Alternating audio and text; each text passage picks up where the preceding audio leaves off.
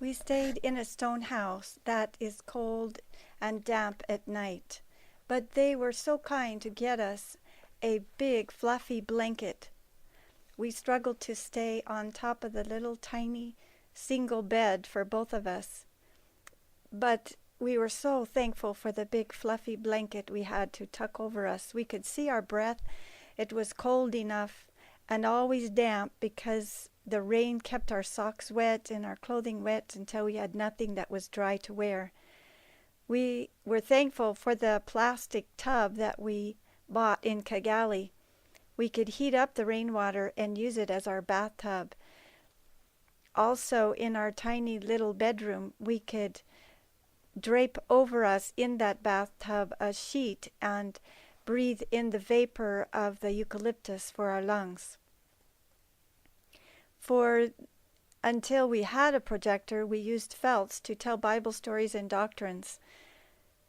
I used the sanctuary motif, all the furniture items, and pointed to them, and used my lesson study guide to make sure I had all the texts.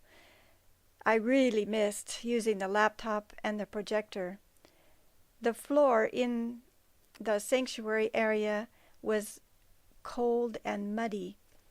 I bought a new tarp and put it down on that, and whenever it rained, it splattered mud onto it. So daily we were cleaning that tarp and taking it up and putting it in the house and putting it back for every meeting, morning and evening, for 80 hours of Bible study. God's mighty power moved on the people. They asked us to pray that they would stop beating their children with sticks. They caught what we were trying to share. They began to see that a child that is rightly trained can be sharing the gospel at the very age that they begin to realize that they're old enough to choose to be baptized, 15 and 16.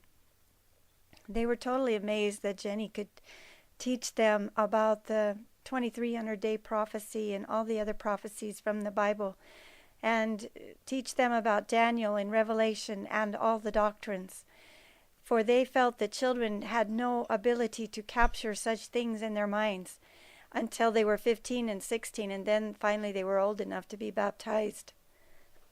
The people are recognizing that their violence on children is hindering their nation and keeping them in the violent mode that caused their genocide.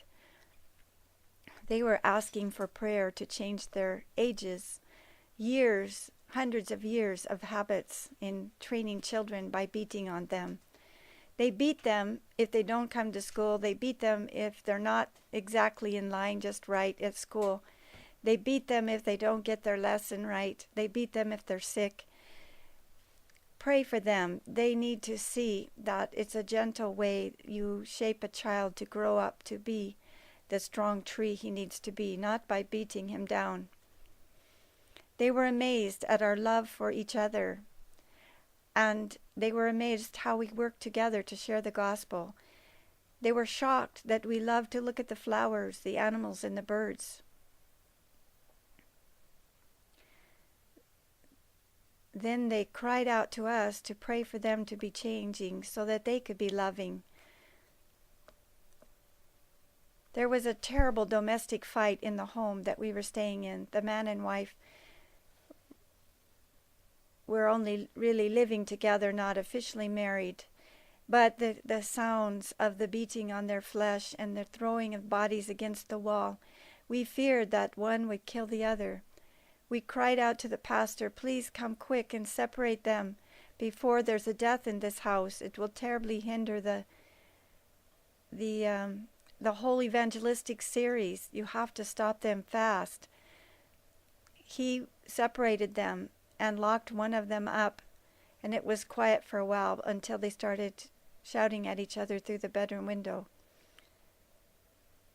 Last night, one of the nights after the fight, the girl left and went to Kigali to be with her parents.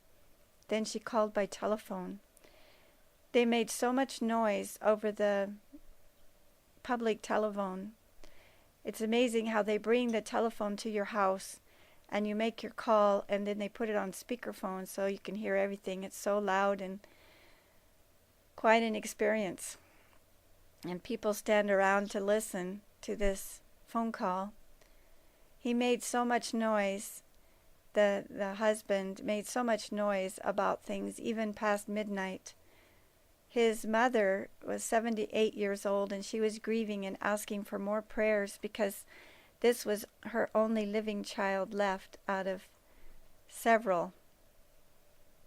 Satan is doing what he can to disturb the meetings, but God, he won. It was him that called all the people to the repentance.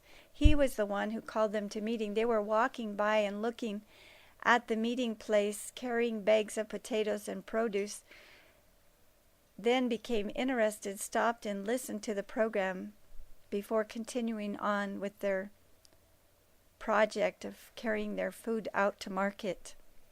Morning and evening we saw them coming and going with their items on their head. They go to Gisenyi to sell, or to Riengeti to sell their items out of their gardens. Huge loads are on each of the heads and on the backs of the men. The women carry perhaps 50 to 80 pounds on their heads. God is working on those people in Kabaya village. And someday in heaven we expect to see a large group of them because of the work that was done in March of 2008 in their village.